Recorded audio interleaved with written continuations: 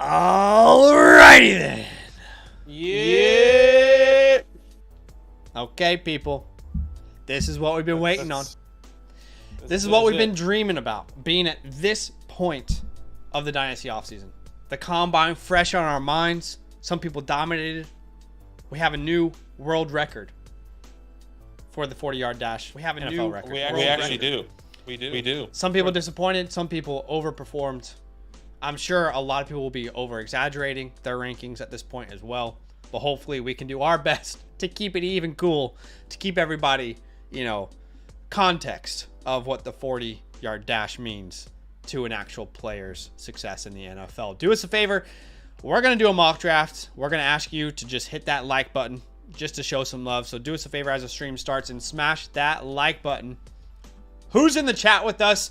Matty Lowe, what's Gucci? What's up, Anthony? Tripp says, my excitement is uncontainable. Colton's here. He said, early bird gets the worm. What's up, Cooper Cup? What is up, Kyle? What's up, Mohammed? What's up, Jesse? Says Trey Benson. My guy Trey doing his thing. Oh, okay. It's a great, great day. Woo! But I'm not a rapper. I'm not a rapper, though. What's up, Tripp? What's up, Goat? He says the second wide receiver group was the best 40 group all day. I'm telling y'all what. I mean, we've been saying it, Badaki. Those late firsts were going to gain value. Hey, those late firsts are harder to trade now, aren't they, ladies and gentlemen? It's a great class. That's right, man.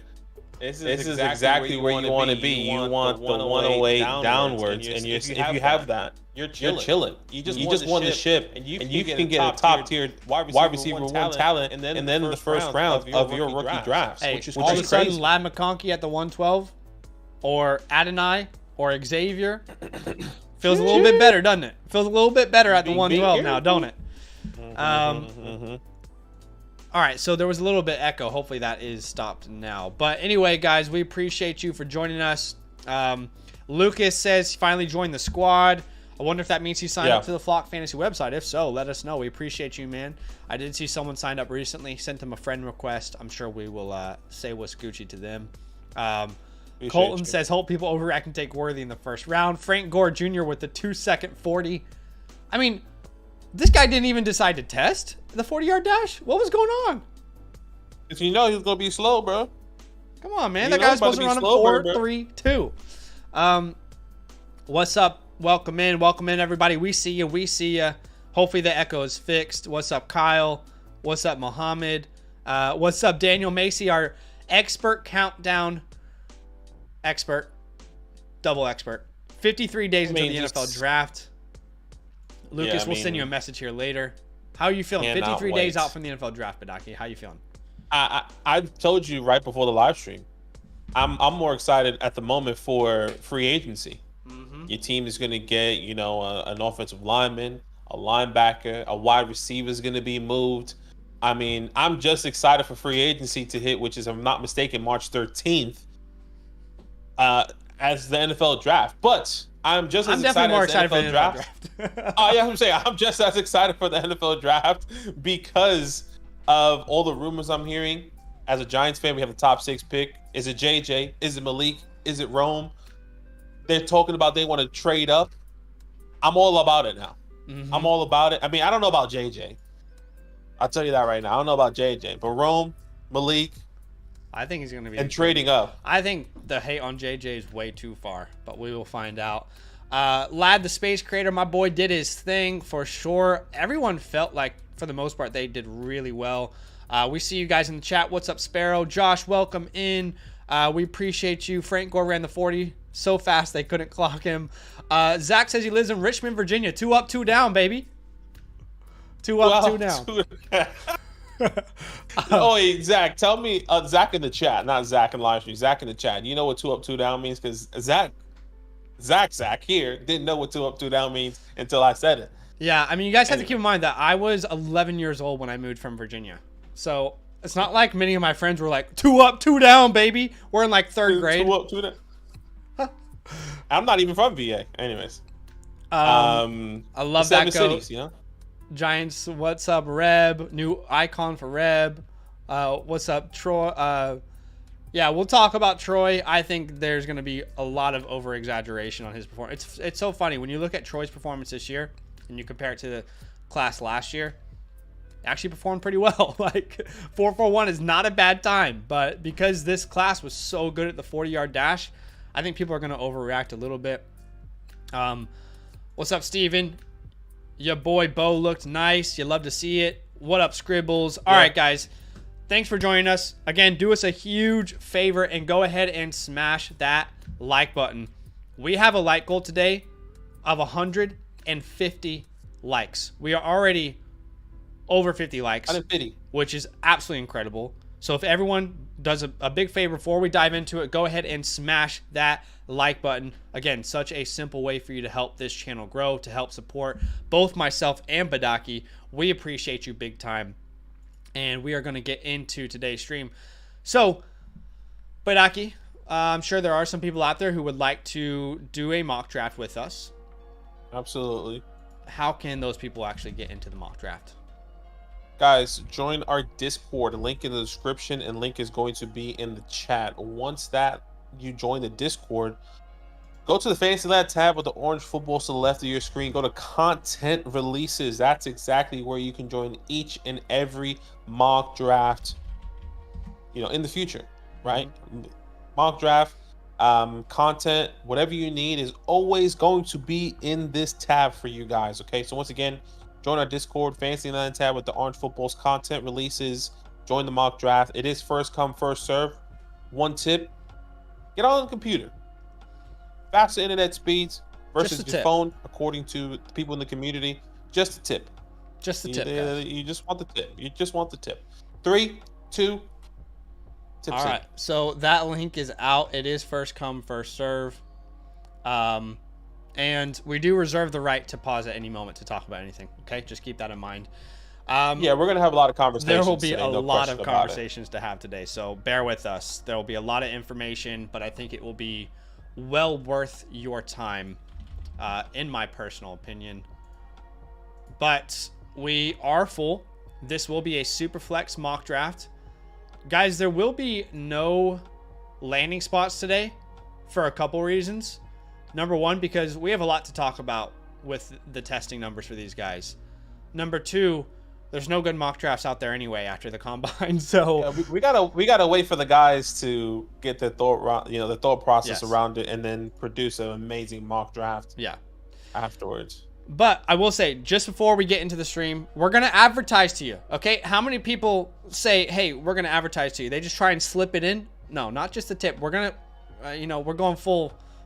Yeah. All right, family friendly stream. We're telling you, we're advertising to you right now. But if you want to support the channel, it's very simple. All you need to do is become a Mother Flocker member with the promo code LAND. I put a direct link in the chat. Version 3.0 of our 2024 rookie report is coming out on March 8th. March 8th, version 3 of our 2024 rookie report is going to release. Whole new information about Combine, how that impacts our rankings, a whole new fresh set of rankings, new features added, new profiles. You can see everything that was added in V2. When V3 is out, I mean, your guys, the amount of information you will have at your hands, at your disposal, is crazy. If you want access to that, then go ahead, use the promo code LAN. Become a Mother Flocker member with the link that we just sent in the chat. It's also in the description below. Not only will you get our rookie report, you'll get a live Dynasty team review, unlimited access to the trade calculator, complete rankings. You'll be in our trades show. You'll unlock our entire Discord. And I mean, we feel very proud of what we're able to offer you guys. Yeah. Completely agree. Steven says, something that's interesting about your channel. Some creators with way more followers take a really long time to get to their mocks to fill up, but you are always fast. I mean, that's just because the community wants, they just want to hang out. So that's you guys more than it is us, but I appreciate it. Yeah, 100%. We appreciate you guys. Should we get this thing going? Superflex. Yeah, let's do what we do. PPR, non-tight end premium. Superflex PPR, non-tight end premium. No landing spots. Get your guy. Go get your guy, okay? Here we go. Starting in 3, 2, 1. Here we go. Marvin Harrison Jr. at the 101, and then Caleb Williams at the 102. The two guys that did not test whatsoever. Caleb Williams, we didn't even get his measurements whatsoever either. Looks like all the NFL teams that he's having conversations with are going to be getting. I mean, the first four guys here didn't test. First five, actually. I was about to say, like, it's funny because you and I just recorded a ranking video. We went top 40 rookies. That's going to release tomorrow morning for you guys. And it was funny because the top 5, it was like, there's no reason to move these guys down, but we didn't learn anything new. I mean, we saw them interview, so that, but athletically, we didn't learn anything new. But they shouldn't be moving down anyone's rankings. These guys should all still stay in the top 5. I mean, there's a reason they didn't test because they didn't need to. Their agent said, hey, there's no reason for you to test. You have nothing to gain. I promise you. But that's still the tier, the top 5 in my opinion. Yeah, and look, and I definitely wanted to see more, of course. You want to see these guys participate. There was a lot of controversy of CJ Stroud testing last year when Bryce Young didn't.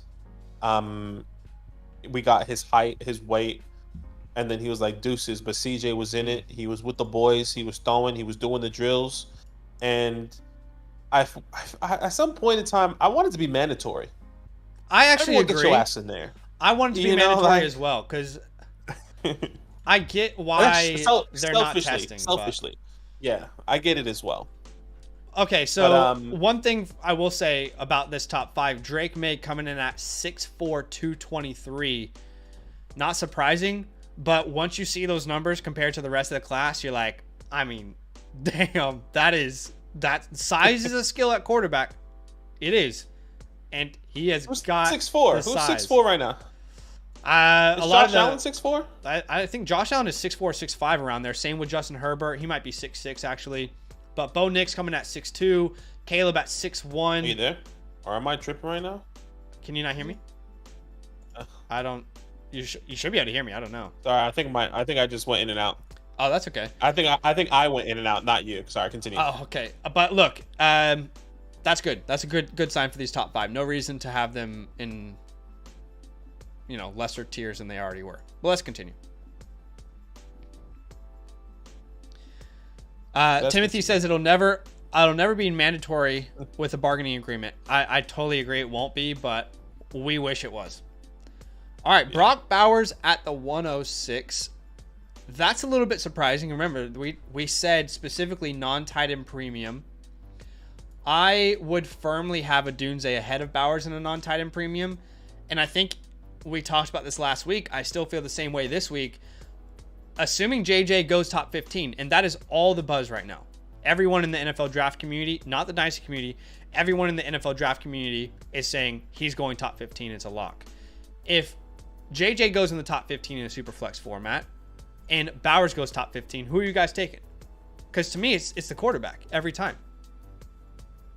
Yeah, I agree. It's going to be the quarterback every time. And that could be the same could be said for Bo Nix if a team trades up into the second, or if he falls into a team that may what if he goes to the 20 to Pittsburgh or something, or 19 to the Rams, or 26 to the Bucks, something random like that. Like, there's going to be new conversations, without a doubt. But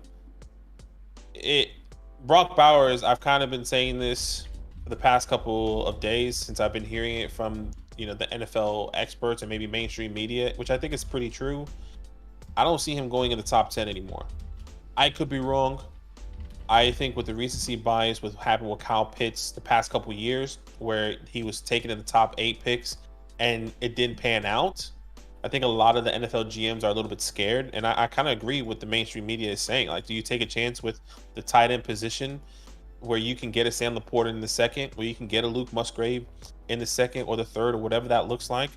I get it, generational talent, but I don't be surprised if he goes between 12 and 18, right?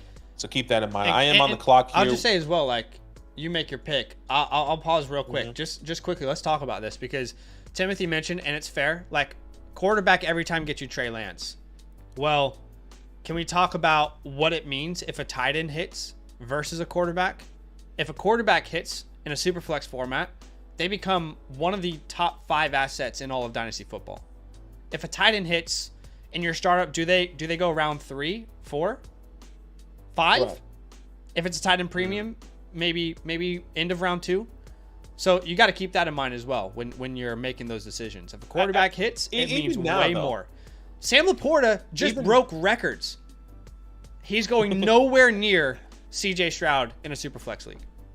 Exactly. And that's exactly what I was about to say. I mean, go look at the 2022 versus 2023 class. I think we did. And Sam Laporta was still at the end of the first, where we saw the quarterbacks going in the top of the first in that Superflex mock draft. I think it was 2023 to 2024 class, by the way. I'll say this. If a quarterback hits versus a tight end hits, and which one would you regret missing out on more? Oh, the quarterback, no question. Yeah, no question. And we should not value our opinions on quarterbacks. I know the NFL misses a lot, but we do not know how to scout them better than the NFL does. So talk about your pick there at the 109. Yeah, Brian Thomas Jr. had a phenomenal draft there. I'm actually trying to pull up his stats. Combine, excuse me. I think he ran a 4.39. I'm trying to bring it up. This website's tripping. Yeah, he went off. I mean, we thought he was a good athlete. He had an incredible day. 997 was his relative athletic score, and at 209 he ran a 4.33. This year's class, 6.3, so ridiculously impressive. Great explosion grade. The size obviously helps his RAS score. 997 unofficial. The 4.33 40-yard dash. We already thought he would be a top 20 pick. Maybe he's top 15 now. Maybe he goes to the Broncos at 12 or wherever they are. Like maybe he's even higher. That's what I was going to say. I think he kind of solidifies himself. Hypothetically, I think he can go as high as 9 at Chicago now. Personally, maybe I'm reaching a little bit. But Chicago gets Caleb Williams. They draft Justin Fields away. They get an extra second. Maybe their offensive line that they wanted is gone, and they want another wide receiver to pair with, DJ Moore. That could be a thought process. Can he go to, I don't know, another team, the Jets at 10, which I doubt because I think they need offensive line. But I think that's how high he has risen his stock. We already expected top 15. I think now he can sneak into the top 10, top 12. I agree. And what's funny is I know Xavier Worthy had a day, made history. I'd love to know what the chat thinks about this, because Badaki and I talked about this earlier. I wouldn't say Xavier Worthy had the most impressive day, personally. Obviously, he made the biggest impression because he broke the record. You cannot take that away from him at all. But I think Brian Thomas and Adonai Mitchell had better days, personally. Like, if I was to, between those three wide receivers, rank what it meant to me personally, and everyone's process is different, I would say Brian was first, Adonai, and then Xavier, even though Xavier broke that record. I still think those two guys had a more impressive day. I think Adonai helped his stock more than Xavier did. I think Adonai's probably a lock for a top 25 pick. I still don't know for sure that Xavier is going to be a first-round pick. This certainly has helped him. He has a better chance of being a first-round pick today than he did the day before. But I don't know that he's a lock, where I feel like Adonai is definitely a lock in the first round. And I think that's where maybe not that, I'm disagreeing. I do agree with that sentiment. I think what I disagree is I think he locks himself as a first-round pick at the end now. We've always talked about speed and separation for some of these teams that didn't have it. The field stretcher, you think of the Bills, you think of Kansas City. Does Baltimore go with another small size wide receiver with, Zay Flowers over there?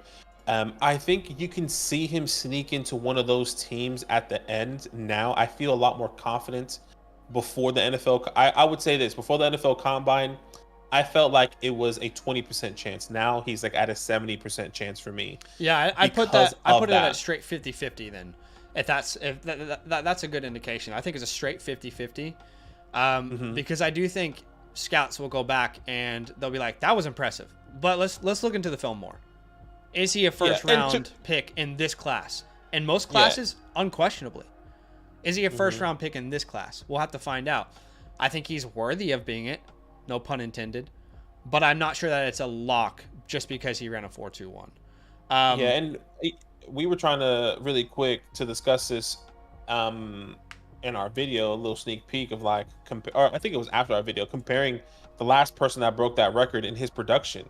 Xavier Worthy production is significantly better. Talking about John Ross. Versus, yeah, specifically John Ross. Completely different players. Just thinking about the speed production, like how his stock rose once he broke that record. Totally. I think there is a fine line that a lot of people are not crossing well. Just my personal opinion. There is a part of the community, and this is real. I'm not making this up. People that you guys trust, and I think they're fantastic at what they do.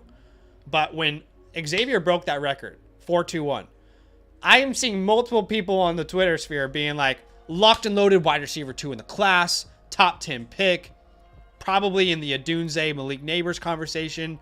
That's crazy, guys. That's crazy. Okay? Now, there's this other side of it where people are like, well, he ran 4.21. John Ross wasn't successful in the NFL. That is stupid. That doesn't make sense. Those aren't the same players. John Ross didn't have the production at the age Xavier Worthy did. They're not even the same type of player at all in any way. So I'm finding it hard to find people who are in this middle ground where they can be like, let me contextualize what this means for his NFL production, for his NFL draft capital, and try and meet somewhere in the middle, right? I feel like there's just too much of this, like, John Ross, he's a generational, like, top 10 pick. It's like, can we meet somewhere in the middle, guys, and talk about he's a very good talent, the class is stacked, and he's a great player to have on your team, but let's find a middle ground here.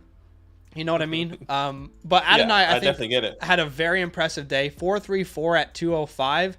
Much more impressive in my opinion. That doesn't mean that he's going to be more successful in the NFL, but at this point, I would have Adonai ahead of Xavier myself. Agreed. I'm about to take my next player. I just thought that was a conversation worth having. And should we talk about Troy? Let's just Twitter version. Yeah, let's talk about Troy. Yeah. Let's just do a Twitter version of this, if that's okay. I think, again, overreactions are going to be too hard on him, too. The overreaction on Troy Franklin, I'm convinced it will not end after the combine.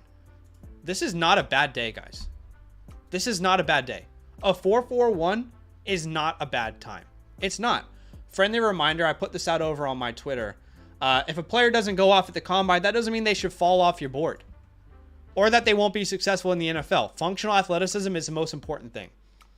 Hey, guys, if we were trying to determine what players we would send to the Olympics, then yes, the combine would mean everything. But it doesn't. That's not where we are. The combine does not mean everything. Talk about Puka Nacua, who last year tested around 5 with RAS's score. How about Tank Dell at a 5.82? He ran a 4.49. This guy can ball in the NFL, right? We all agree? He ran a 4.49. How about Jordan Addison? Can he stretch the field vertically? I think so. I think he can stretch the field vertically very well. He ran a 4.49 at 171. How about Jaden Reed? He ran a 4.45 at 187. Can he stretch the field? Yes, he can stretch the field. So, is Troy Franklin the locked and loaded first round pick? No, I don't know that. I don't think that he is a first round pick, and we were already having those conversations before the combine. But am I out on Troy Franklin because of the combine? That is so silly, in my opinion. No, I'm not out on him because of the combine. I think he, no question, affected his stock. Yeah, with how inconsistent he looked, specifically in the gauntlet. I think I've seen a lot of people talking about it. We spoke about it a little bit in this video as well. That's going to be coming out. That gauntlet was a huge indicator of a little bit of concerns, I think, for a lot of teams. That's why they do these drills. Yeah, the 4.41, I think one of my biggest things I said was that you are 6'2", 176 pounds, and the 4.41 is still good.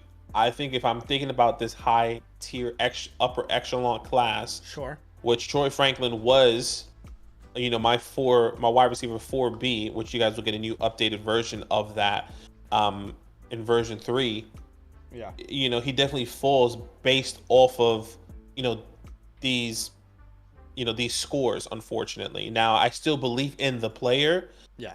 I think it affects his draft capital. I think it's going to affect clearly his landing spot and potentially his future as a fantasy player.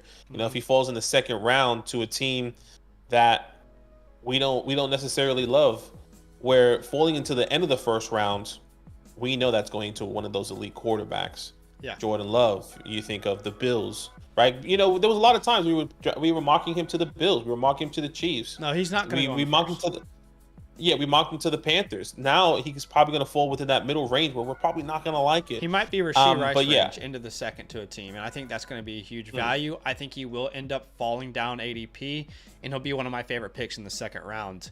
Yeah. The gauntlet. Let's talk about the gauntlet. I believe the reason that is important is to say, okay, this is what they did in a drill. Let me see if that's an issue in a real game. Can anyone honestly tell me, if you have watched all 22 film of Troy Franklin, do you think he struggles to maintain speed while he catches the ball? Genuine question. Does anyone feel that way? If they do, maybe I'm watching the wrong games, but I did not ever feel like that was an issue for him.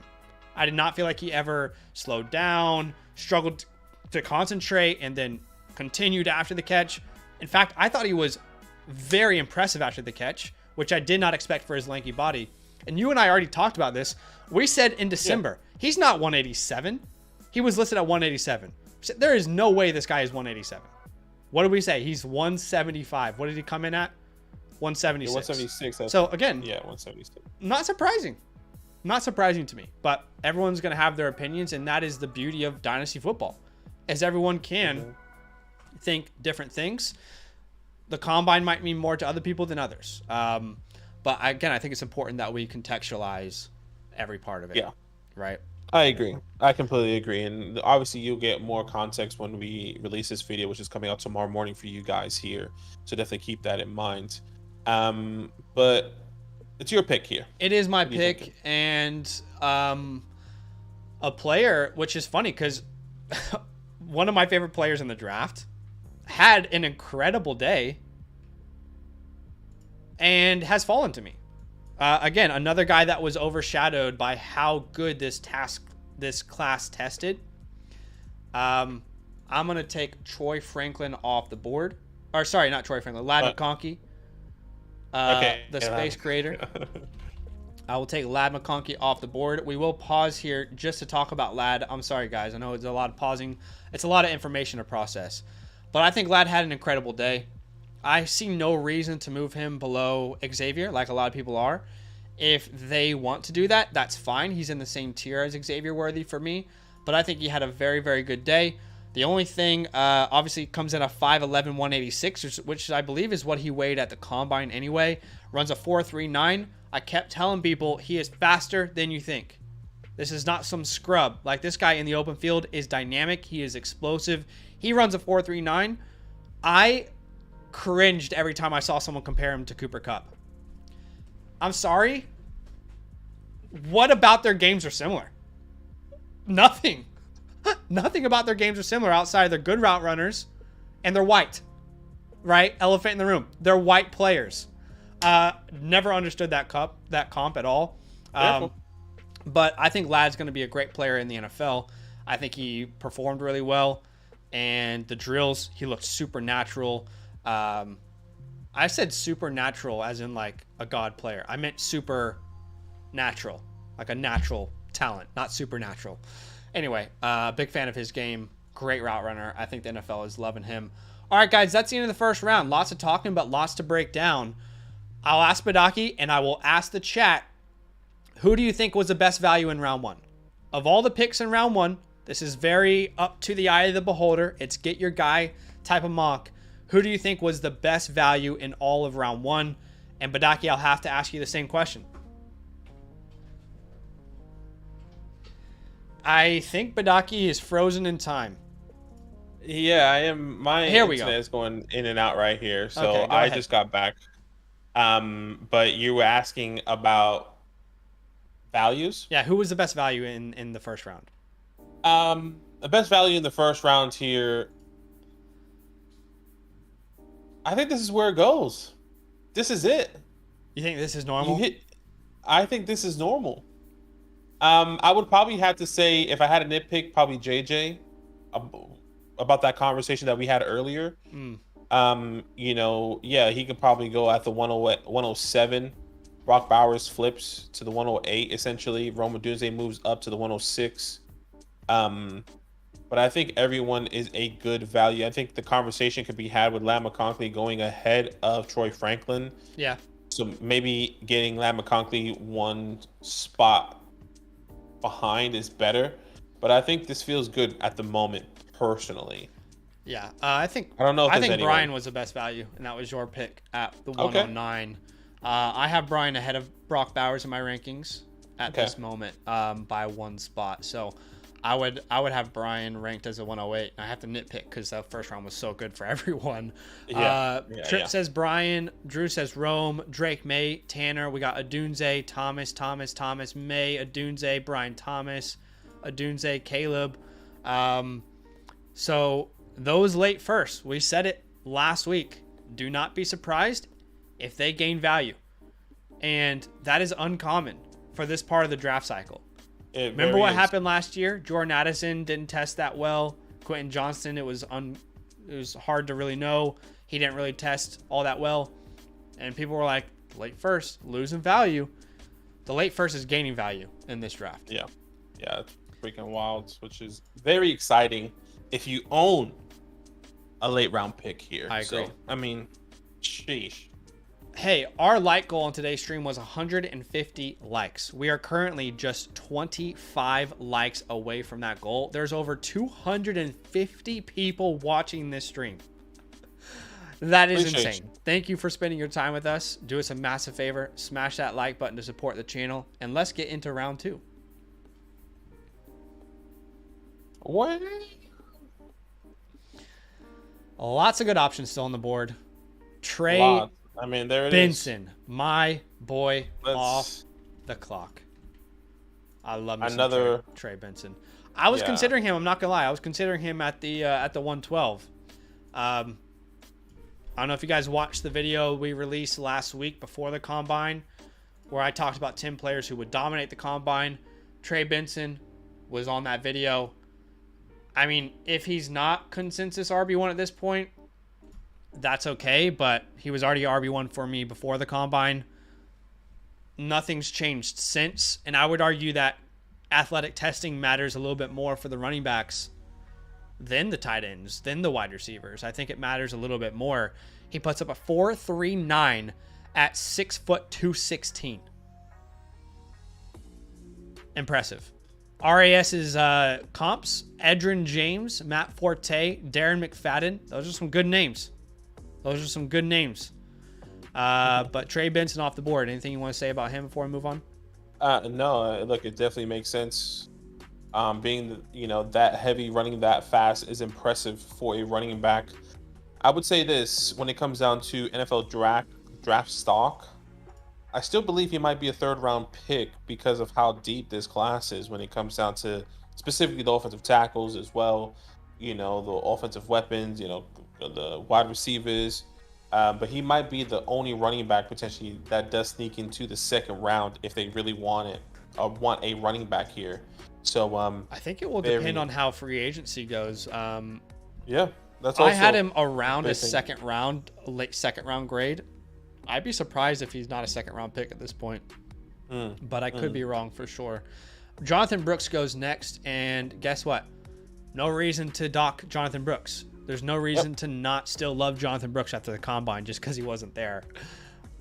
We did get a super chat here for the memes. Says price check for Pop Douglas 12-man super flex start 2 flex.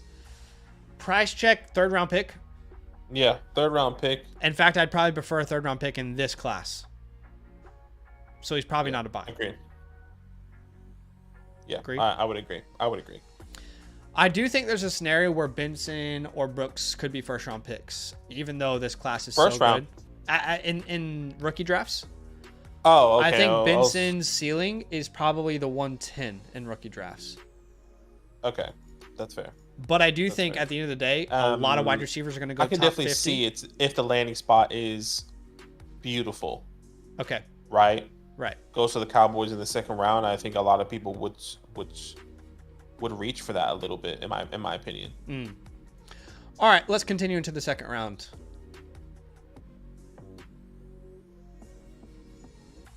Joe the NP is on the clock. But yeah, this running back class is looking better and better by the week. I think you're going to get some pretty good values at RB this year. Sorry, guys. My internet is shit in the bed. Xavier Worthy off the board. Great pick. I actually think he's a huge value here, personally. I think he's a huge value. Bo Nix also off the board. I don't think Bo Nix had a bad day. You know, none of the quarterbacks really stood out, but I don't think any of them had a poor performance either. But Aki's going to be back. I think he's resetting his internet, so he will be back with us. Malachi Corley off the board at the 205. Couple players who didn't test. Malachi Corley. I need to know more, and I'd love anyone in the chat to tell me what I'm missing. Because Corley wasn't even there. I'm pretty sure he was invited, but he wasn't even there. So that was a little bit surprising for me. Bucky Irving comes off the board. Then Tez Walker. Let's pause for a second. Let's talk about Bucky. Who... Look, I will be honest. I'm a little surprised Bucky's going this high. I'm not going to say that we have to overreact and be out on Bucky, but I think Bucky is a third-round rookie pick at this point after how he tested. It doesn't mean that we're out on this player, but Aki, you and I talked about this during the combine. Okay, that number sucks. Those testing numbers were awful. But we're not out on him. We just want to be in on him at third round prices now. Puts up a 371 RAS score, 192 pounds, and runs a 4.55. And the reason this is so disappointing is because, number one, you're a smaller player. The speed should be there. Number two, athletic testing means more for running backs in other positions. Number three, there was talks about you being the fastest running back before the combine even started. So all those three factors going in is a little bit concerning. Now, you have to kind of take into context play speed versus the Pajama Olympics, right? Where does that weigh for you? And keep in mind, a couple of years ago, Badaki and I loved Kyron Williams. Kyron Williams had a stinker at the combine. And we then were like, he's dead. Now, Kyron Williams is an outlier. But the point being is we're not out on Bucky. We just need to let him fall down boards now. Yeah. And he's still going to be this PPR monster if he lands in the right landing spot. I have to readjust specifically. I was hoping that he was going to grow into this James Cook role at the next level where I feel like he's going to be more of a third down type of back. I mean, 61 targets this past year in Oregon. I think that is still there for him.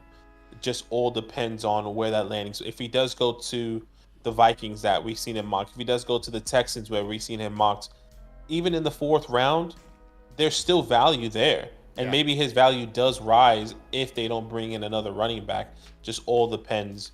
But if you had to bet on a round, he would land in, I would say, round 5. I'm hoping round 4. Round 4? I'm hoping round 4. I was hoping for him to go at least minimum top 3 rounds. I was hoping third round specifically, but I think he falls out of the third round now. Okay, Tez Walker has a great day. Again, how much does the combine mean to you? Because if the combine means everything to you, you're in on Tez Walker. I think we can recognize he had a great day and also recognize the flaws in his game as a wide receiver rather than just a talent. But Tez goes off the board. I don't think Tez is a top 50 pick in the NFL draft. I could be wrong. Keon Coleman off the board. We got a little time before you have to make your pick. I will just say, personally, I was not disappointed by Keon Coleman's performance at the Combine. I know a lot of people were. Obviously, the 40 time was not good. And I'm not even a Keon Coleman guy, but I wasn't disappointed. He ran a 4.61 40-yard dash. Again, that sucks if we're going to, if if Team USA is trying to use him at the Olympics. That absolutely sucks. But there's plenty of wide receivers who are very successful in the NFL who didn't run in the 4.4s. That is not uncommon. But outside of the 40-yard dash, he had a great day. And again, I'm not a Keon guy, and I'm saying this. He had a very good day outside of the 40-yard dash. The athleticism is clearly there. He was very good in the drills. If the gauntlet means anything to you, I think he was the third fastest wide receiver in the gauntlet. He was not slowing up. He was going straight through that drill, catching balls. He showed pretty reliable hands. I don't think he's a first-round pick. I know you don't either, Badaki, but agreed. I don't think the combine hurt him personally in any way. Yeah, look, there's definitely a couple of ways you can go about it. I think it just solidifies that he's not going to be a first-round pick, in my personal opinion. And I think that's where we were at months ago when we were telling people about Keon Coleman. I'm on the clock here. Xavier Legette, who also had a phenomenal day. 4.39 at the 40-yard dash. You saw the explosiveness. You saw the way he could be utilized. His big body frame, still 6'1", not the 6'3" big body guy we were hoping for, but 6'1", 221 pounds, and he's running a 4.39. He's heavier than Trey Benson, if I'm not mistaken, and he ran the same, obviously different position. But think about it, you know, like a big body guy running a 4.39. This is why it was so disappointing when you think of these other wide receivers that are lighter than him running slower than him, i.e., I guess, Troy Franklin, just comparing the size and body versus the small lengthiness of Troy Franklin here. But love this draft capital. I think he solidifies himself as a second-round pick. He'll probably be early second round, which is very, very exciting. I mean, look, I'm getting him at the 2.9. I think he definitely goes second round. This class is so deep. I don't know what that means at this point. You know what I mean? Like how many wide receivers go in the first 2 rounds? I mean, we could see history. I have not been like in on Legette compared to, you know, you're definitely leading the way for the community. He didn't really like drastically move up. He's my wide receiver 11. There's still quite a few names I'm taking ahead of him, but he had a great day. And Badaki, this was important for Legette because if Legette didn't go out and have an incredible combine, his stock would have been hurt because he is known as a freak athlete. Yeah, exactly. And we saw that, and that's what's exciting here. So I think, once again, he solidifies himself in that early second for me. If he goes somewhere like the Panthers, if he goes to one of those early teams, that's really, really exciting for one of those teams, and being, you know, this late second round guy.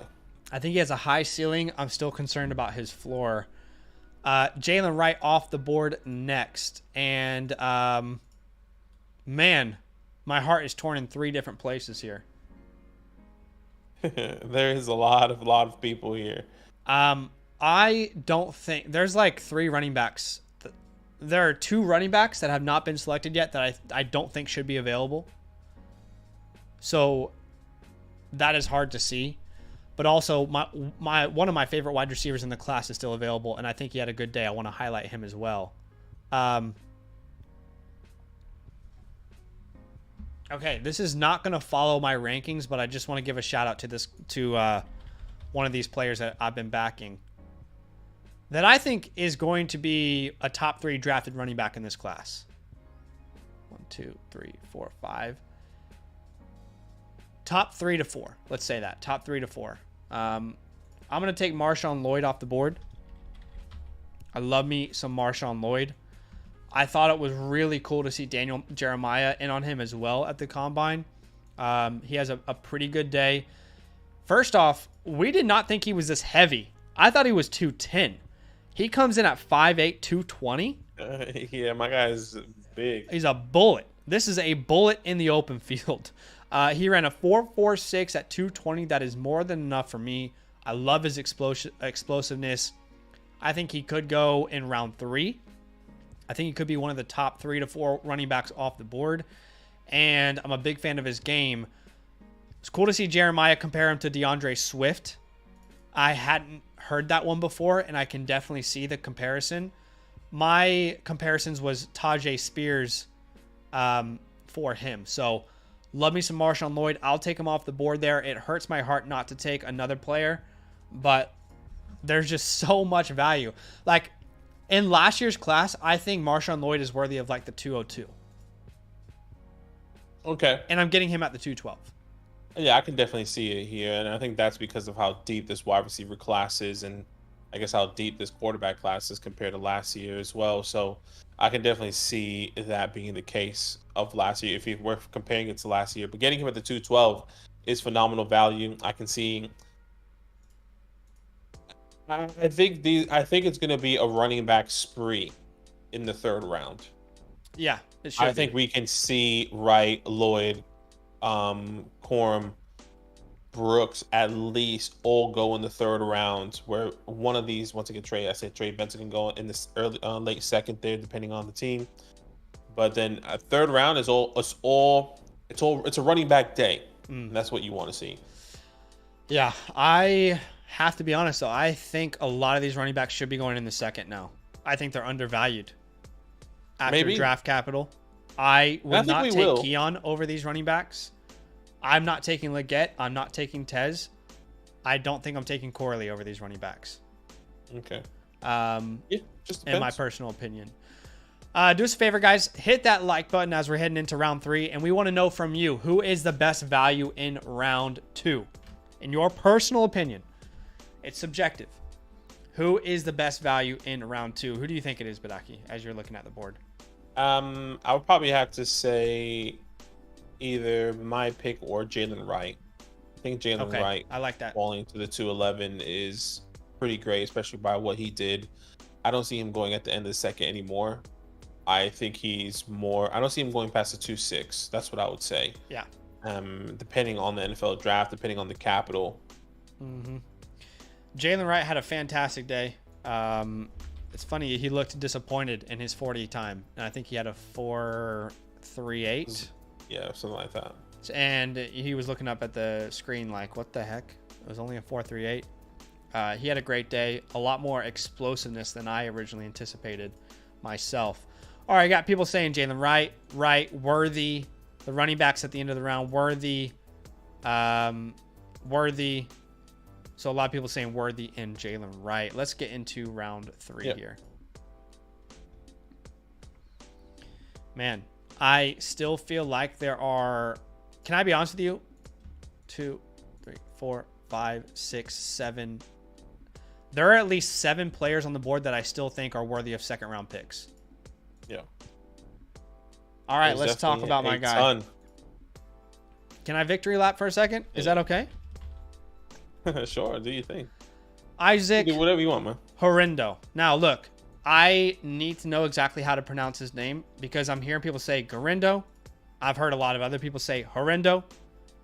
But Isaac Horrendo was on the video last week of players that I thought was going to absolutely dominate the combine. And I have to be honest, I didn't expect him to dominate like this. But I did think he would have a really good day. Did I think he would put up a 4.33 at 221 pounds? No, I can't lie and pretend like I thought he would be that fast. But he comes out, has an incredible day. This is my running back 5 in the class. And you get him at the 301. I have him over Bucky Irving at this point and over Blake Corum. So to get him at the 301, my RB5 in the class, a guy that I believe will probably go round 4. Depending on where he goes, has a chance to contribute day 1. I think he plays a lot like David Montgomery, but he's faster than David Montgomery. So I don't know that Montgomery is a very good comp, but I think he plays very similar to Monty, but he's actually a faster version of Montgomery. Yeah. Look, I think when it comes down to someone like Isaac, because I'll be honest with you, I was on paternity leave when we added him on our scouting report, and I still have to scout him throughout this week. So what I saw from him was from at the NFL Combine, but what I'm hearing is that he's a great athlete. I saw him once again 4.3. Was it 4.39? 4.33. 4.33. Excuse me. So I mean, the speed is there. Now, does that? I guess my question as somebody that hasn't watched Isaac Horrendo is saying, okay, what does the production look like? Does that translate on film from what you're telling me? everything that you said it does. Now, before the combine, he was my favorite sleeper running back in the class based off his film alone. Yeah. So like once again, somebody I haven't scouted since I came back from leave. So it's going to be interesting. And so he has an interesting career because his freshman season, Jonathan Taylor was at Wisconsin. Sorry, dude, you're not touching the ball. Do you guys know how many attempts Jonathan Taylor had in college? No one was touching the ball outside of Jonathan Taylor, rightfully so. Right. After that, they bring in Braylon Allen. Braylon Allen was a better prospect than Isaac Herendo. He got the preference there in that offense. Now, you could say he didn't beat out Braylon Allen. To me, Isaac has more traits that I care about in the NFL than Braylon Allen does. Fair enough if you disagree. So he transfers to Louisville, and he puts up really good production. I mean, he averages over 6 yards per carry at Louisville, has an over 90 PFF run grade. He was great after contact, 14th best in this class.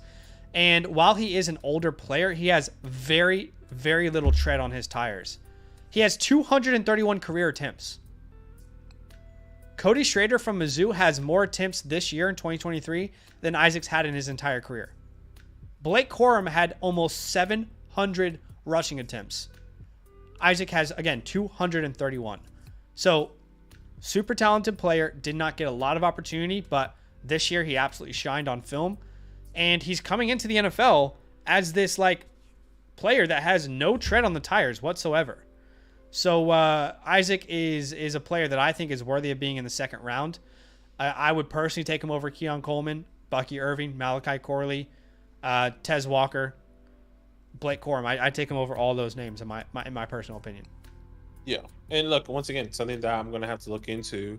Yeah. When I look at Isaac Herendo, like you said, how was he beat out by Braylon? Or sorry, whatever, right? Obviously, better prospect. I think the pathway is what I'm concerned about from college to the next level. But the testing has been amazing. Testing has been great. Isaac never went to Oregon, so I'm not sure what Mad Hats means here. He started at Wisconsin, so I'm not sure what you mean by that. What's up, Waka? Welcome in. Penix did drop at the 3-2. We have no reason to... There's no reason for Penix to fall other than all these other impressive prospects.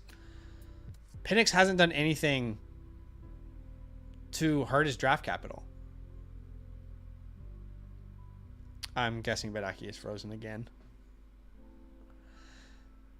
He has frozen himself into the shadow realm. We may never hear from him again. My goodness. I am so sorry, guys. I'm not necessarily sure what's happening with the internet today.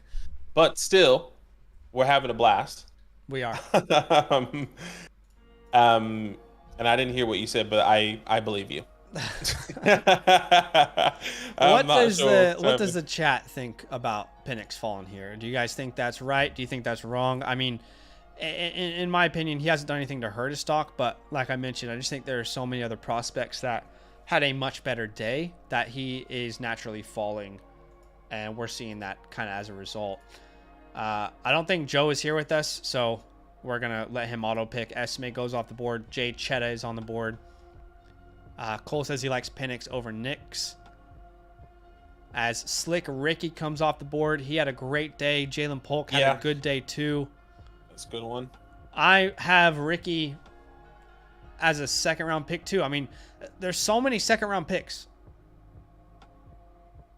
that which is scary. It's scary too. I'm thinking about all these guys. There's not that many teams that need wide receivers, but at the same time they do. One of these wide receivers is gonna fall to a team that we're gonna hate, which is always part of the NFL Combine, which is always part of fantasy football. So Jalen McMillan goes at the 3-6. That was the guy I was debating taking at the 2-12. There has been no reason for me, based off of his combine, to lower him in my rankings. I still think he is one of the best sleeper running back wide receivers in this entire class. I think he actually had a good combine. 4.47 is a good number for him. He's not going to be Xavier Worthy vertically, but he's going to dominate out of the slot in the NFL. Those explosion grades are great. 9.33 official grade. I think that's a huge steal at the 3.6 in my personal opinion. Audric Estime, we should talk about. This is not a player that you and I were in on. In fact, we took a lot of slack from people for not having him as a top 3 running back in this class. Again, I think testing matters for running backs more than any other position. I'm not going to sit here and say Audric can't be a successful player in the NFL because he ran a 4.71, but I will say I know for certain that everyone in the NFL is going to be disappointed by that number. Yeah, and I'm not necessarily sure what to say regarding it. We weren't there with it.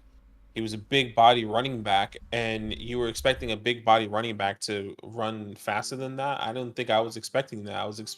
This is kind of my expectation. I expected him to be a slower guy. We didn't see that speed on tape.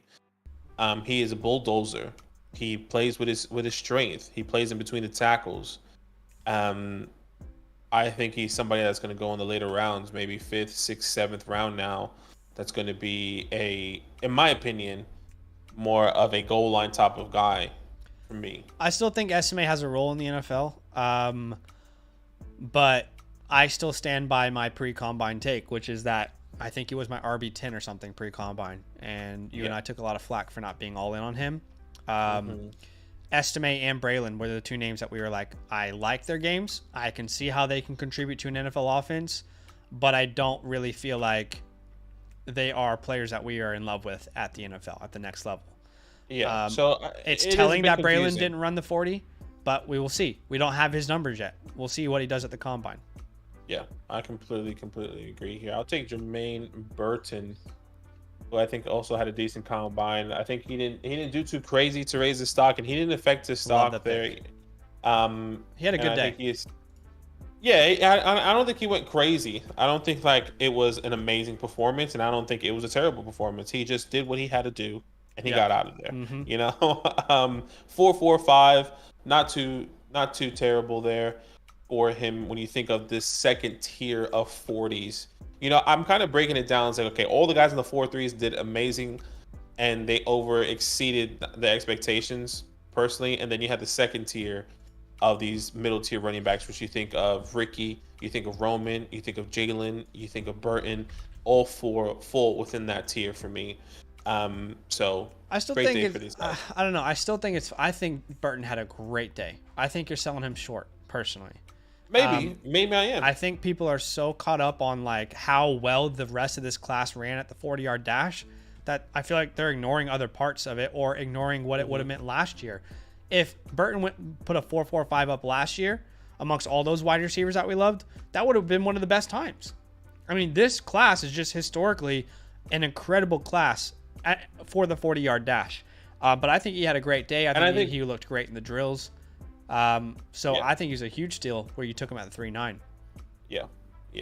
And by the way, Sean says, being disappointed in SMA speed feels like double counting. His tape doesn't show an elite runner speed-wise.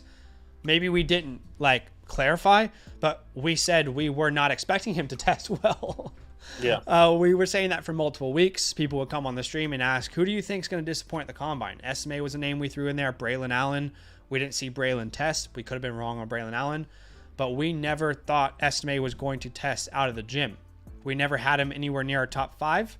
Everyone told us we were crazy. So we're more just saying we didn't expect him to test well, not to say that we already thought that would happen, right? Yeah, exactly. So, I mean, yeah, just makes sense for us in our mind that he didn't test well, and that's what we were expecting. Yeah.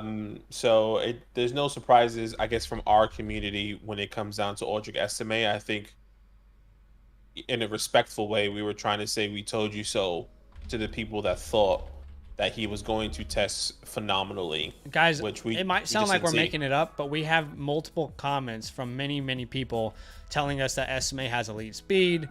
He's an elite player. He's a no-brainer RB1. So we're talking to those people specifically here, right? Yeah, exactly. By the way, I took Ray Davis off the board. I don't know if you guys know this, but his name is not actually Ray Davis. No, it's like It's Rumman. Rumman Davis.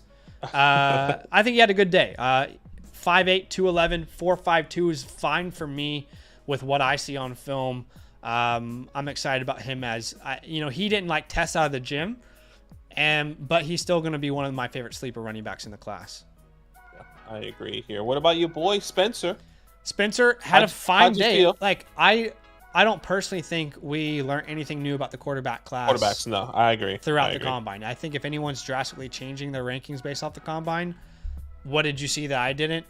Why is that happening? You know, so I feel like in general he had a fine day. Yeah. Look, once again, I'm not a big Spencer Rattler fan. It didn't change my perspective.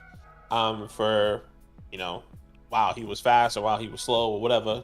He still is the same spot for me. Like you said, these quarterbacks didn't change whatsoever.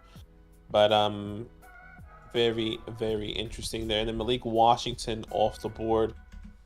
Yes. I do your guy as well. Yeah, Malik had a fine day. It's funny, again, you compare Malik to last year's class, I think people are more impressed.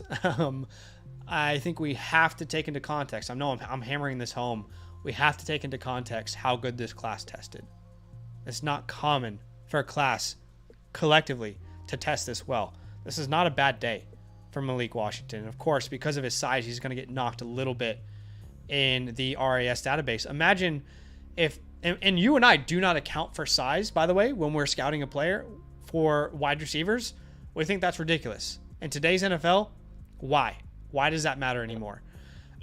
I'll fight you if you think different. I'm kidding. You can have a different opinion. But anyway, I mean, this grade would have been even better if he had a different size. But I think Malik had a great day. I think when it comes down to, because I'm really trying to, I'm seeing it from your perspective when you say, if we put them in context of another class. I think what was hard for me to envision, like if I were to put them in another class, does that then change their? Does that really affect their stock with those other elite prospects that we saw last year, where we saw the JSNs, the Quintons? Do they actually go near or higher than where we're expecting them to go now, or just based off of the testing alone? I'm trying to put into perspective that testing does not matter as much as people are making it out to be right now. Okay. I just wanted to make it clear that, like, if these guys were in the last year's class, what would you say if Jordan Addison was in this class and he tested the way he did last year? What would people say? Think about that. That is a great way to try and hammer home the point I'm trying to make. Think about if Jordan Addison was in this year's class. What would people say after this kind of performance? A 5.95 RAS score, completely average across the board. Would people say he's no longer worthy of being a first-round pick? He shouldn't be anywhere near the first round of rookie drafts? Maybe. But is that right? No, absolutely not. I think when you think about Jordan Addison and this whole first round, I think there's a huge conversation that he's not a first-round pick in rookie drafs. Like, hypothetically, what has he shown as a rookie to say that he shouldn't be? That's what I'm saying. Without the context, if he came in as a rookie before his Viking year, and you see everyone along this line that just performed at the NFL Combine, is he a first round pick? He should be. And I think a lot of people would say no. That's what I'm trying to say.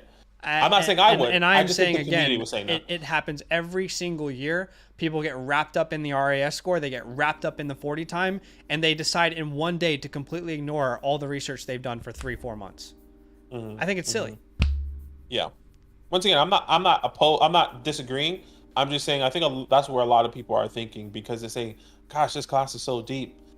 I'm going to be trading these guys away for the Jordan Addisons, or trading Jordan Addison away for these guys. And like you've been saying, we both kind of been saying, they haven't had a snap in the NFL yet. So just... Yeah, to me, if Jordan Addison's in this class, you're talking about him or Brian Thomas. Him or Adonai Mitchell. That's the conversation I'm having. Not him or Xavier Legette. Or him or Coleman. Like, that would be silly, in my opinion. Yeah, I would agree there. I'll take Theo Johnson, somebody that has gone on the radar after the combine, somebody that I'm adding to the tight end position. Haven't done my scouting, just like what I saw from Theo Johnson at the NFL Combine compared to somebody that went nearly a whole round ahead of him in Jatavion Sanders. Bigger body, tight end, has the size what was he? He ran a 4.58, 6'6", 259, and compared to Ja'Tavion Sanders, who was 6'4", 249, and ran the third slowest 40 amongst tight ends. Yeah. Theo Johnson, I think, really impressed me at the combine, and I had to do more. I had to do more evaluation. Love this pick. I'm not going to sit here and say that like I'm super disappointed by Ja'Tavion Sanders. What I will say is that caught me off guard, I guess is a good way to say it. Because our conversation around him this entire offseason is former 5-star recruit, #1 athlete in his class, undersized, but really good after the catch. So I was a little bit surprised by his combine. I did not think he would be that slow. What matters more to you? What this kid did in pajamas or what you saw on film? Right? Yeah. But I thought he'd be like 4.58. I was a little bit surprised. And I'm not sure that he's a locked-in second-round pick. The thing is, they still gave Ja'Tavion Sanders a decent score. Like RSA still gave him a decent score with that 40 time. So I guess if you are taking that, all the tight ends position in context, he still scored above average. No, with that. No, okay, but yeah, I agree. I would agree with you though. A week ago, would you have said, "I'm happy with above average for Ja'Tavion Sanders"? Oh no. Yeah, I mean, I agree in that sentiment. Like. Like you said, size, speed, athlete, everything that was coming in, but he's still my tight end too in this class. I don't think it changes anything. This class sucks at tight end though. We have to be honest. I like Bell. Javon Baker off the board. Brendan Rice, Jacob Coing. So that's gonna make it a little more difficult for me to make a pick.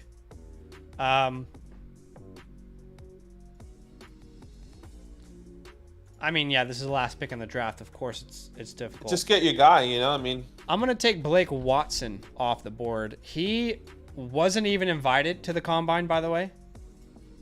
They didn't even invite him. They didn't even give him a chance to come out and test. Blake Watson out of Memphis. I know. And I'm a little bit disappointed because you got guys like Corley, who we don't know the reason why, didn't even show up. You got a bunch of players who didn't even decide to test. Like, give people, you know what I mean? Like, give people an option to show themselves, like Blake Watson. But anyway, Sanders is faster than Estimate, Allen said. Estimate ran a 4.71 though. That's got to be the most disappointing 40 time of the combine, no. I know Allen's a Texas fan, but I'm sure Sanders is going to be great. I do not think he's like a locked and loaded top 50 pick, though. Do you disagree? Yeah, I don't disagree. I don't think he's locked and loaded. Once again, I think this is something that we said in our video. Don't be surprised if he's a third-round tight end. He's still tight end, too. He's a third-rounder. I think he was projected to be top 50. I don't think he helped his We saw him stock. A little bit in the first round at times. Yeah, and he hasn't helped his stock anymore personally going into this after the NFL Combine. So maybe it affects him. Maybe teams still like him. But, again, by the way, guys, we agree. The speed does not matter as much for the tight end position, but trying to contextualize the expectation for Sanders versus what we saw is a different story. We don't talk about every tight end expecting them to be the #1 athlete in the class. 5-star athlete out of high school. That was the talk around Sanders. And that's why it was relatively disappointing. It doesn't mean he's not going to be good in the NFL. It means he did not meet expectations compared to what we expected all offseason. Two things can be true, right? All right, let's do a 1 quarterback mock draft. This one will be much, much faster. Let's do a 1 quarterback mock here. Yeah. If people want to join, how can they join? Guys, if you want to join a mock draft, all you have to do is join our Discord. Link is going to be in the description and is in the chat here. I'll put that in the chat. So Link is in the description and link is in the chat to join our Discord. Go to the Fantasyland tab with the orange footballs. Then go to content releases. Once you go to content releases, that's exactly where you can join each and every mock draft. Once I get that link, I'll send that link out. It is first come, first serve. We are doing a 1 quarterback mock draft for the 1 QB community. We appreciate each and every one of you. And yeah, once I get that link, I can send that out, which I just got. So give me a second. Opening that up myself. I'm going to pick a spot. I'll do the 1-8 again at the and the 1 quarterback. Let's see what's the difference here. All right, 3, 2, 1. That link is out. There you go. All right, so that is going to fill up again. 1 quarterback this time around. You guys have been awesome today. Appreciate the love. Appreciate the support. Again, guys, it's always hard to contextualize the combine and being excited about a player and trying to find a middle ground between expectations, between what it means for the NFL draft. And there's only more hurt to come after the NFL draft when your guy doesn't go where you hope he goes, where your guy goes to a bad team or doesn't get the draft capital, or there's so much more hurt on the way. So that is a negative way to think about it. It is a negative way to think about it, but I guess that's a realistic way to think about it. Sure. Because we were so disappointed last year with a lot of players. I mean, Zach Charbonnet is a perfect example. Sure. One of your favorite players. What if Ladd McConkey goes to the Eagles? You'd be like, what the hell are the Eagles doing? Why are you doing it? Yeah. No, you're not going there. That would definitely piss me off. All right, guys, we have 1 spot left. Let's get someone in here, and we'll get this thing popping. 1 spot left. Again, 1 quarterback mock here. We appreciate the love. We appreciate the support. I guess while we're waiting for that to fill up, just a heads up, we are going to be releasing version 3 of our 2024 rookie report on March 8th. March 8th, that is this Friday. Our 2024 rookie report version 3.0 will be updated over on the Flock Fantasy website. We will add testing information. We will add a whole new set of rankings, a bunch of new additions, profiles. We're very, very excited to release that. If you want access to that, you got to be a Mother Flocker member with the code LAND. Also, if you sign up, you also get access to a Dynasty team review, all of our Discord channels, our complete rankings, unlimited access to the trade calculator, all articles on the website, and of course, you are supporting the show as well. Tomorrow night, we will be doing team reviews. So anyone who has signed up, tomorrow night could be the night we're looking at your team. But we still have 1 spot left. No, refresh because, and I think it's Childish that was Rambo that was in the sleeper chat. I'm at pick 8, so it is glitched. You just have to refresh your screen there, unfortunately. Cool. Let's go ahead and start this sometimes thing. That happens with sleeper. 1 quarterback, PPR, tight end premium. Here we go. 30 seconds on the clock for this one. All right, Marvin off the board. No surprise.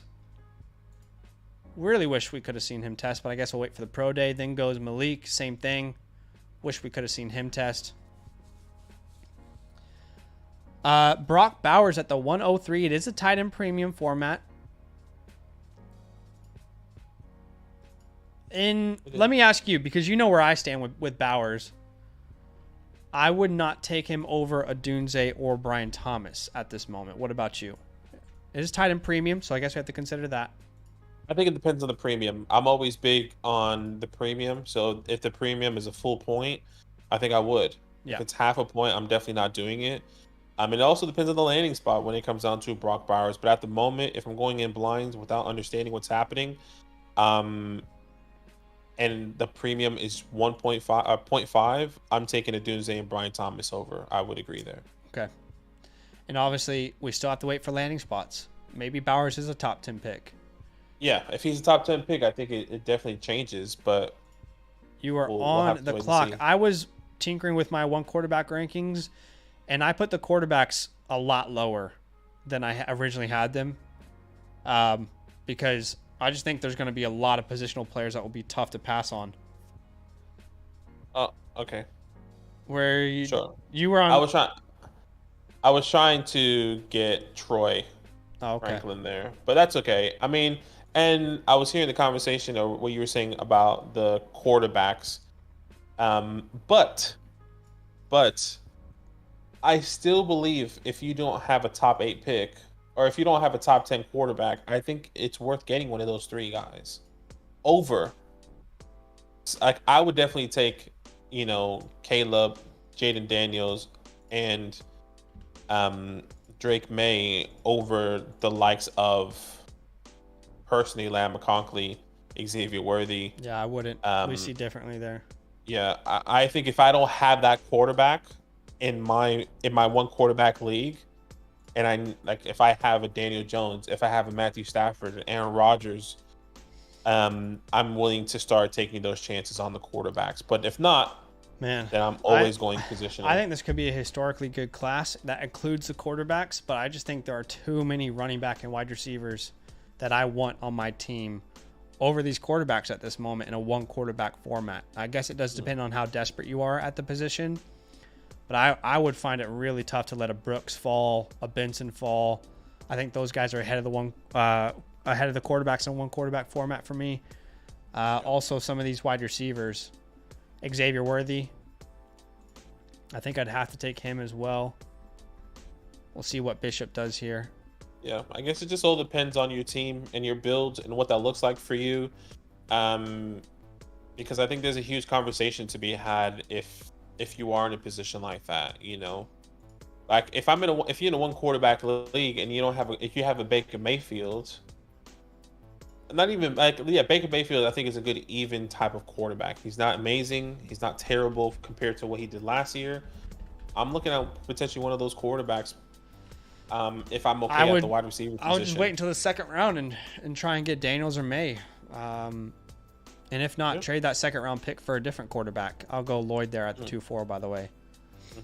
Sanders off the board, McCarthy off the board. Or Bo Nix, is that what you're saying? Yeah, like say Bo Nix is in the 2nd here. Yeah. Which I'll go ahead and take. Bo Nix. I still believe he could be a 1st round quarterback. Yeah, if he's a 1st round pick, that's a value for sure. Blake Corum is well off the board. Sanders, where's Sanders in my rankings? There he is. Just trying to mark off as I go. Yeah. A lot of big updates here for version 3, so stay tuned, guys. We're really excited about that. One quarterback Superflex rankings are going to be updated for both Zach and myself, of course. So why did Will Shipley not test? Does anyone know? Why did we get no testing information on Will Shipley? I don't think you. I know he came in at 5'11", 206. Was he even there? I didn't even see him there. If he wasn't, why wouldn't he have been? That just doesn't make sense. Like, what was the reason? Not sure. Polk off the board. Coleman off the board. Maybe he knows he's just not that guy. You're not that guy, pal. You're just not that guy, pal. Let's see what the Toms does here. Might get auto-picked. Michael Penix off the board. Xavier Legette. And let's see. Don't do it. Don't you. Unlucky. Son of a bitch. You son of a bitch. No, it's fine. So where's I'll take Isaac for here. you? Huh? Where is McMillan for you? Is he like my wide receiver? I feel like. Is he still a? If Lloyd wasn't there, he'd be my pick at the 2-4. No, but like, at the 2-4. That's right. Okay, never mind. I was gonna say, is he still a 2nd round pick for you? Easily. He took Lloyd and. Okay, just wanted to double check. Yeah, easily still a 2nd round pick. It would be disingenuous for me to say otherwise based off his combine. Here, and I'll take Bucky here. The 3-8. Braylon and Bucky off the board. Oh, Bucky. Unlucky. Still believe it. Yeah, there's no, like I said, you got to let him fall down boards now and then make him a value. That's probably a value at the 3-8. Roman, although I'm surprised Roman was available that late. Thank you. That's a little bit shocking. I need to go through my one quarterback after this and change my rankings because I haven't changed my one quarterback rankings. Brendan Rice off the board. He didn't have a bad day. I wasn't like blown away or anything, but he didn't have a bad day. Again, like I'm not the biggest Brendan Rice guy, but for him to go, what was it, 4.51 at 208 pounds is pretty good. Yeah. I just name value. Genuinely name value. Everyone was talking about him. So many interviews. His father was there. He got a lot of eyes on him, and I think that's what's very interesting when it comes down to Brendan Rice. Falls in the right spot. I think a lot of things can change. Yeah. We'll wait and see.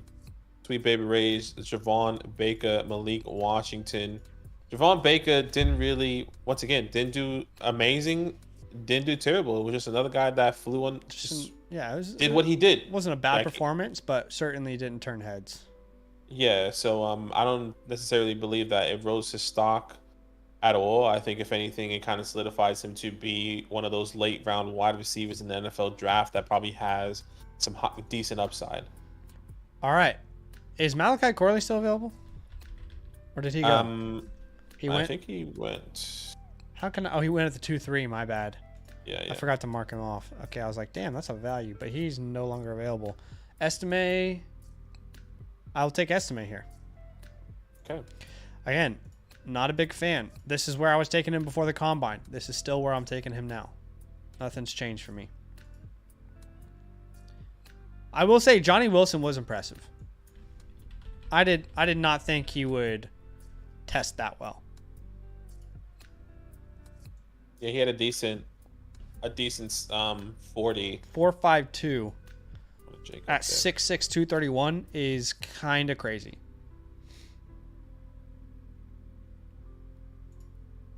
Jacob Coing off the board, great pick. That's what I wanted. That kind of throws me off. Discombobulates me. I'll shine some light on Joe for the low. Crazy arm. Don't do it. No. One quarterback. Just crazy arm. That was a fun little part of the combine, though. It was fun. They were hyping it up. Like, oh my god! Like, look at this. He's not even. It was fun to have the crowd there. Yeah. Yeah, it was just fun. Like in that moment, I just remember like Danny Jeremiah and Rich Eisen. It was like he's not even putting any effort, and he was throwing it.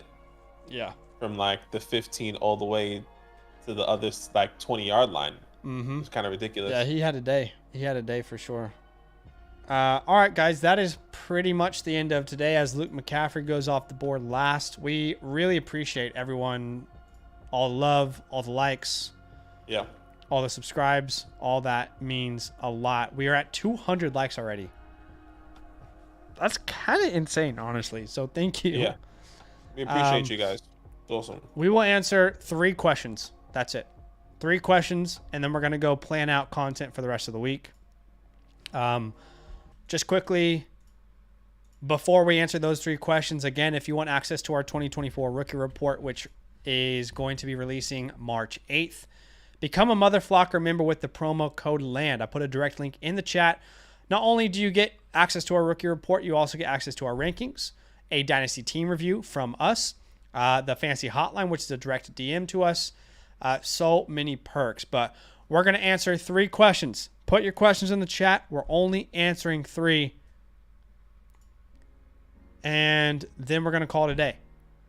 Yeah. 3 questions. In fact, okay, ideal landing spot for Isaac Horindo is the first question. That's a good question. I think the first team that came to mind when I was watching him was Tennessee. And I know Tajay Spears owners won't like that. but I thought he would perfectly complement Tajay Spears in Tennessee. I think the Panthers could be a great spot. The Cowboys. I'd like to see him. You know, I wouldn't like to see it for my Etienne stock, but I think he would complement Travis Etienne really well in Jacksonville. I'd say those are the names. The Bucks would make a lot of sense. Eagles. To the Rams as well. Mm-hmm. Rams. Yeah. I think he's a complimentary piece. So, like, there's a lot of places he can go. Just depends on the capital, personally. Casey says, boys, you don't know. We have been anticipating some content post-combine. You love to see it. Hey, that's awesome. Do you feel the tier break has moved since the combine? John, tomorrow morning, there's going to be a video that releases for you guys. Whole new set of rankings for this class. Watch that video tomorrow. For that one. Go Rindo, yes, I love it. Mark says, who's your biggest wide receiver bust in this class? Can't say Keon anymore. I honestly, I would say there's no wide receiver I look at that I don't think is good, and I'm like, oh, they're way too high anymore. Because Coleman's stock has come back to like life. It's more reasonable. Yeah, I don't think there's a big bust, but something that I was anticipating to somebody to fall. I don't know if you remember, there was a couple, say like a month back. I think you asked who's going to be the biggest faller after the NFL Combine, and I said it was going to be Troy Franklin. I said I don't know why. I think Troy Franklin was going to be somebody because we haven't heard anyone talk about him at that time. Nobody was talking about him. Nobody was showing him love. We were the only people that had him as the top 5 wide receivers at the time. He's still there. But you know, his value has fallen, and I'm not saying he's a bust. I just think it's tough to find one because honestly, a bust indicates that they're a first-round pick and that they don't perform. Franklin's not going to be a first-round pick. I think he's going to be a value, and I think you agree. So it's tough to really find like a bust. Yeah, I guess Brian Thomas has the biggest range of outcomes, but I don't think he's going to bust. If people have Worthy as a top 3 wide receiver in the class, I think that's too high, but I still think he's a good player. So I can't really find a good bust for you, honestly. Yeah, at the wide receiver position, it's going to be tough. I think that question is better after the NFL draft, where we understand where these guys go. Obviously, when these guys fall, the fantasy output. So all that is definitely going to be answered 56 days from today. Well, technically, we'll go. By the way, we go live right after the NFL draft. After the first round, come live. We'll do a mock draft right away. And I think we watch the first round live as well. If you guys want to join us and watch the first round with us. Last year we did that on our redraft channel. Last year we did on a redraft channel, and then we went live immediately for a mock draft on the DynastyLand channel. So stay tuned for that. So make sure you subscribe to both channels, by the way. 56 days. That's right. I mean, we haven't really talked about our redraft channel at all, but that's because it's not redraft time, is it? It's obviously Dynasty time. But let me find our redraft channel and put it in the chat in case you guys do want to subscribe more towards July. That channel will start to kind of take its stride. So make sure you subscribe to us over there as well on the redraft channel. But we got Starchy Chafe. I don't know if I say that right, by the way. I might have said that wrong. He said he just subbed to the site, which is awesome. Hey man, we will feel free to DM us. We'll get you all set up. We want to make sure that we get you all set up. So make sure to DM us with your details there. But that is it for today, guys. We appreciate all of you. Look out for a video tomorrow morning, and we'll see you soon. All love. Love.